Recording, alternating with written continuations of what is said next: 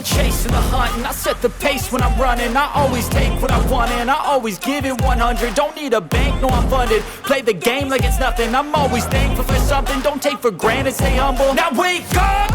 It's time to look at the enemy. Look in the mirror if he is no friend to me. It's not working out, maybe it's the chemistry. It's time to break up so I can make a better me. Better believe. Olá e sejam bem-vindos a mais um episódio do canal Dividendos. Hoje vamos testar algo muito importante, a tua capacidade de tomar boas decisões financeiras ao longo do tempo. E este jogo é simples, vais enfrentar 10 perguntas de literacia financeira, cada uma com 4 opções de resposta, mas apenas uma vai estar correta. Depois de cada pergunta, eu vou revelar a resposta certa e explicar-te porquê de forma curta, direta e prática. Não vai ser um teste de memória, é um teste de raciocínio financeiro. As perguntas vão começar acessíveis, mas a dificuldade vai aumentando com o tempo. Umas vão-te parecer muito fáceis, outras vão desafiar aquilo que tu achas que sabes sobre dinheiro, investimento e dívida. Não vais precisar de papel nem calculadora, só atenção, lógica e honestidade contigo próprio. No final, vais perceber se conheces apenas umas coisas ou se estás realmente preparado para jogar o jogo do dinheiro. Vamos começar. A primeira pergunta é a seguinte. Tens 100 mil euros parados numa conta à ordem durante 30 anos. A inflação média é de 2% ao ano. Qual é que vai ser, aproximadamente, o poder de compra real deste montante no final do período? Tens 5 segundos.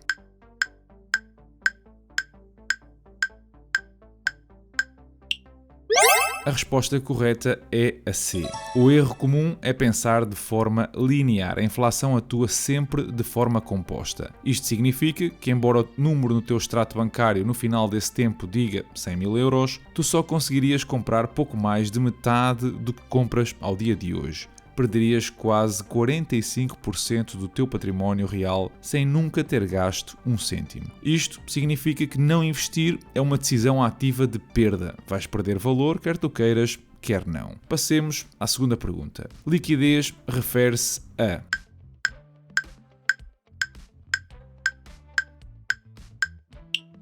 E a resposta correta aqui é novamente a C.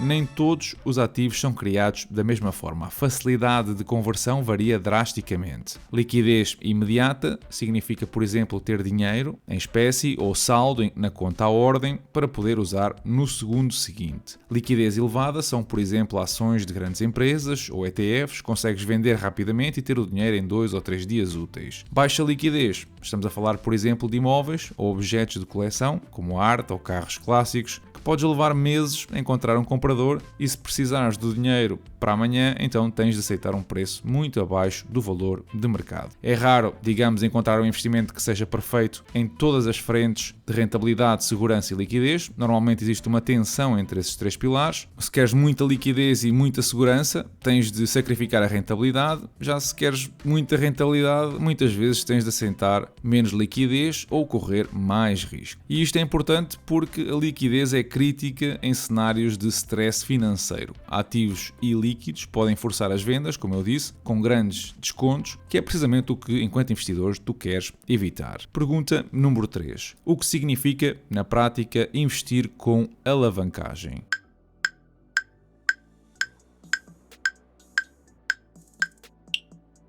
A resposta correta é a B. Investir com alavancagem é essencialmente utilizar o efeito da alavanca para movimentar um volume de dinheiro superior ao que tu realmente possuis. No mercado financeiro, isto é feito através de capital emprestado, pela corretora ou pelo banco, ou de instrumentos derivados. Imagina, por exemplo, que queres comprar ações de uma empresa, mas só tens 1000 euros. Sem alavancagem, compras 1000 euros em ações. Se as ações subirem 10%, ganhas 100 euros. Se caírem 10%, perdes 100 euros. Com a alavancagem, por exemplo, de 1 para 10, a corretora permite controlar 10 mil euros em ações usando os teus 1000 como garantia, ou seja, estás a investir com margem. Isto permite amplificar a tua exposição ao mercado, aumentando os teus ganhos, mas também aumentando as tuas perdas, sem nunca alterar a direção do risco. Bom, mas estas primeiras 3 perguntas são introdutórias e é muito provável que tenhas acertado as 3. Vamos então subir o nível. Pergunta número 4. Por que é que a maior parte das pessoas subestima o impacto das subidas de juro no crédito à habitação?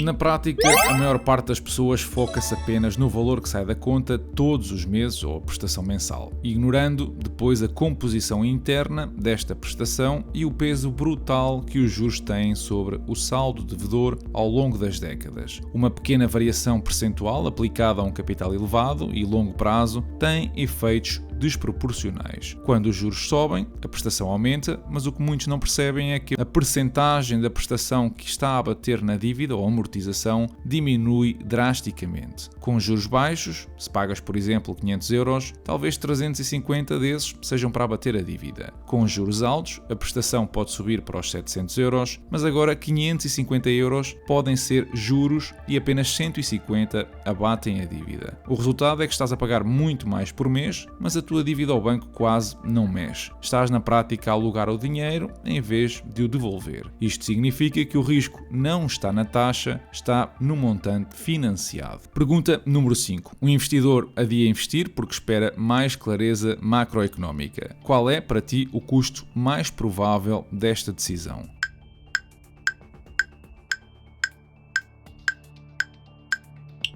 Se escolheste o custo de oportunidade cumulativo e reversível, então acertaste. O tempo fora do mercado não pode ser recuperado. A economia e o mercado financeiro operam em tempos diferentes. Quando a clareza macroeconómica surge, as notícias são boas, ou a inflação baixou, ou o PIB está a crescer, o mercado já descontou essa informação meses antes. Se o mercado, entretanto, subir 10% enquanto tu esperas, não perdeste apenas os 10%. Perdeste o efeito dos juros compostos sobre estes 10% durante os próximos 20 ou 30 anos. E este é precisamente o fator cumulativo e irreversível. Mesmo decisões prudentes podem ter um custo muito elevado quando adiadas repetidamente. E a inação, lembrem-se, também é uma estratégia cara, como vimos na primeira pergunta. Pergunta número 6. Investes 10.000 euros com uma rentabilidade média anual de 7%. Após 30 anos, quanto do valor final é que corresponde ao capital investido e quanto é que corresponde a juros?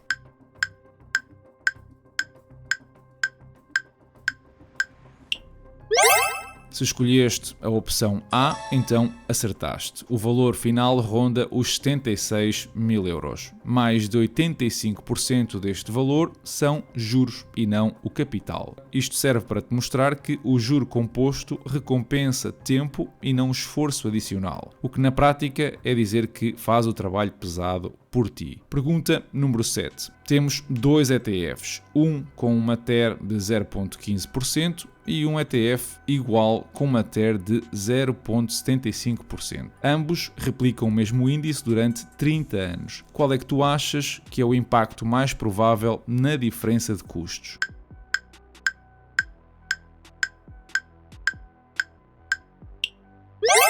Se escolheste a opção B, perda de 15 a 20% do valor final, acertaste. Esta é a pergunta que separa os investidores conscientes dos que deixam o dinheiro na mesa. O custo de gestão, ou TER, Total Expense Ratio, é muitas vezes ignorado porque 0,6% para nós pode nos parecer uma gorjeta, mas em finanças, o que não é juro composto a teu favor é juro composto contra ti. Os custos parecem pequenos, mas capitalizam negativamente ao longo do tempo e a perda de cerca de 11.000 euros, neste exemplo que vos dei, representa mais de 15% do teu património final. Tu não pagaste apenas a taxa, tu perdeste o que esse dinheiro das taxas teria rendido se tivesse ficado investido. Na prática, poupaste, trabalhaste e correste o risco de mercado, mas entregaste quase 20% do teu lucro à gestora do fundo apenas por uma escolha de um produto ineficiente. Bom, vamos entrar então agora nas últimas 3 perguntas e é provável que aqui tenhas de usar mais a tua intuição ou experiência nos mercados do que o raciocínio, até porque tens de escolher uma resposta rapidamente. Vamos lá. Pergunta número 8. 2 pessoas estão investidas num mercado que rendeu 8% ao ano durante 25 anos. Um investe de forma contínua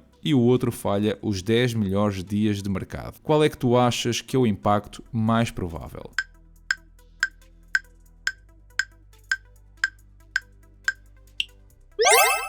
Se escolheste a resposta A, a perda superior a 40%, acertaste. Esta é talvez a estatística mais assustadora e contraintuitiva de todo o mercado financeiro. Destrói completamente a ideia de que um investidor cauteloso que entra e sai do mercado para evitar quedas está a proteger o seu património. Historicamente, se nós analisarmos décadas do S&P 500, a grande maioria dos ganhos acontece num número muito reduzido de dias. Falhar esses dias significa estar fora precisamente quando o mercado recupera fortemente. Ora, curiosamente, os melhores dias de mercado ocorrem frequentemente logo a seguir aos piores dias, em mercados de alta volatilidade ou bear markets. Quem sai porque o mercado caiu 5% na segunda-feira, geralmente ainda vai estar de fora quando o mercado recupera de 7% na quarta-feira. Isto significa que os melhores dias surgem frequentemente em períodos de elevada volatilidade e que suportar a mesma não é para todos os investidores. Sair do mercado por prudência pode destruir décadas de retorno acumulado. Penúltima pergunta. Compras uma obrigação com um valor nominal de 1.000 euros, um cupão de 3% e uma maturidade de 10 anos. O que é que vais receber se mantiveres a obrigação até ao vencimento?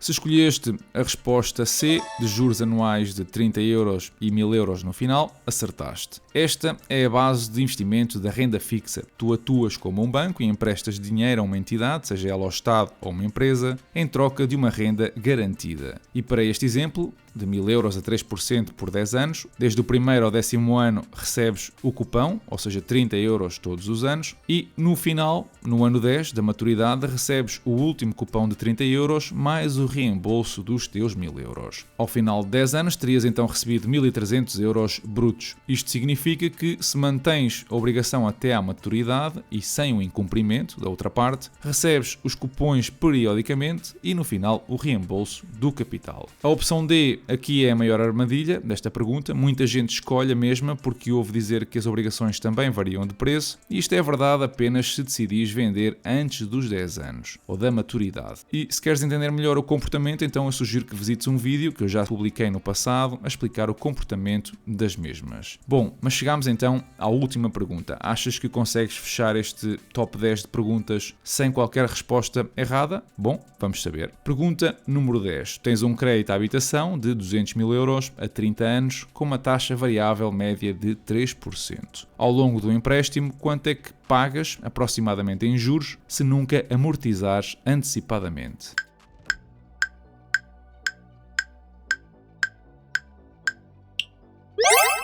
Se escolheste a resposta D, acertaste. Esta pergunta é fundamental para quebrar aquele mito de que comprar é sempre melhor do que arrendar, sem fazer antes as contas ao custo do capital. O valor dos juros num crédito a longo prazo é muitas vezes o custo invisível que duplica ou até triplica o preço real de uma casa. Na maioria dos créditos em Portugal utiliza-se o sistema de amortização francês, onde as prestações são constantes, se a taxa não mudar, mas a sua composição altera-se drasticamente ao longo do tempo. No início do contrato, a maior parte da tua prestação serve para pagar juros ao banco, estás a amortizar pouco capital. No final do contrato é que a grande fatia do dinheiro que tu pagas todos os meses vai servir para abater a dívida. Com uma taxa média de 3%, a tua prestação rondaria aos 840 euros e ao fim de 30 anos o montante total aproxima-se dos 300.000 euros, dos quais cerca de 100.000 seriam juros. Isto significa que para seres dono da tua casa tiveste de pagar ao banco o equivalente a mais meia casa em juros. Se a taxa, entretanto, tivesse subido para os 5%, os juros disparam para os 186.500 e terminavas a pagar quase 2 casas ao banco. Ou seja, mesmo as taxas baixas tornam-se extremamente relevantes quando aplicadas a capitais elevados durante longos períodos de tempo. Bem, e se chegaste até aqui, então já percebeste uma coisa importante. A literacia financeira não se resume em conhecer conceitos ou definições, é sobre entender as consequências. Muitas destas perguntas não testam se sabes fazer contas ou se és rápido no raciocínio, testam se consegues perceber o impacto do tempo, dos custos, da inflação, da dívida e das decisões adiadas. Muito raramente o dinheiro é perdido num grande erro apenas. É perdido em pequenas decisões mal compreendidas, repetidas durante anos. Se erraste algumas perguntas, não te preocupes, é perfeitamente normal. O problema não é errar, é não perceber o porquê. E se este formato te ajudou a pensar melhor sobre dinheiro, então subscreve o canal e deixa-me saber a tua opinião na caixa de comentários. diários. Esta semana os mercados finalmente respiraram depois de 3 semanas sempre a abrir. Esta foi tempo de meter um travão, com os índices americanos e europeus a fecharem em território negativo. A exceção foram mesmo os mercados asiáticos, com ganhos modestos que não chegaram aos 2%. Em 2025, a venda de livros em Portugal cresceu 7%, com quase 15 milhões de exemplares vendidos e um volume de negócios de 217 milhões de euros. O crescimento foi impulsionado sobretudo pelos livros infantis e de colorir, que registaram um aumento expressivo na procura durante o ano. Obviamente que este crescimento não ser automaticamente sinónimo de aumento estrutural nos hábitos de leitura é um problema, e digo isto porque a fatia relevante do impulso veio, como vos disse, de categorias específicas, não de um alargamento generalizado de leitura entre todas as faixas etárias ou géneros literários. No entanto, eu gosto de pensar que de alguma forma estou a contribuir para este número ao oferecer um livro todos os meses aos patronos do canal. O governo português aprovou a compra de 8.000 câmaras corporais ou bodycams por 6 milhões de euros, destinadas às nossas forças de segurança.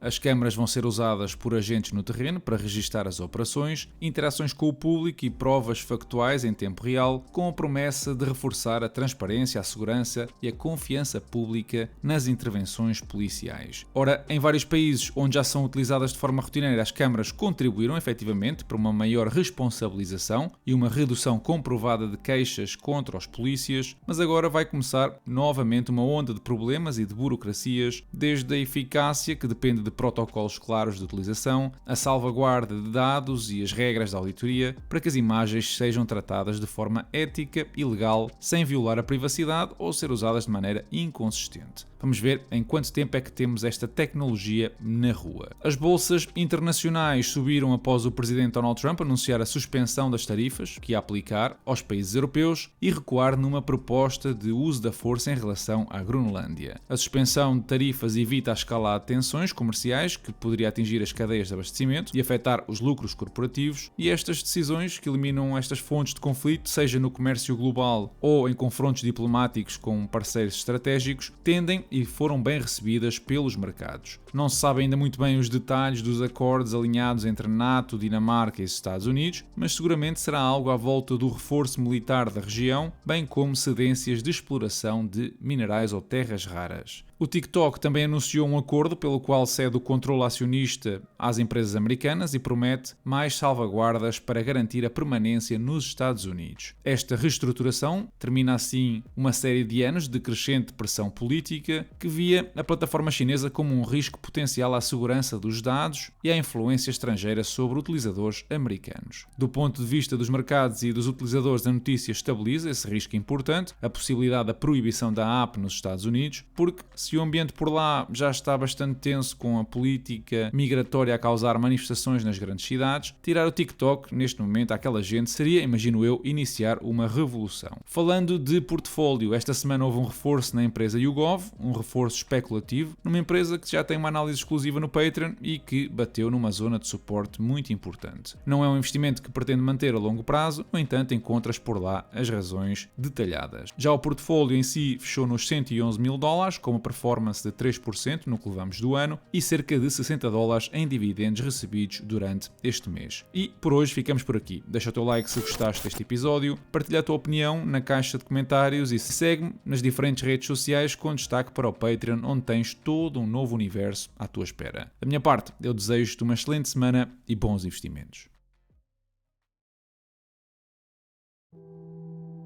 This is looking at the level of the price of goods. So the basket of goods and services we buy on a daily basis, this is how that's changed over time. And when economists look at inflation, when they talk about inflation, when the Bank of England talks about inflation, they're generally referring to the change over the past year. And you can see the difference between that and that. Well, that amounts to about 3 and a bit percent, 3.4%, the latest numbers. But when you and I go to the supermarket, we're typically not just thinking back at what's happened to prices in the last year. You're kind of thinking about what's happened to them in recent memory. And if you look back in recent memory, say the last 4 years, it's up by 25%. So partly it's this perceptual thing. You know, annual inflation may be going down, but actual inflation that we experience, that's still really high.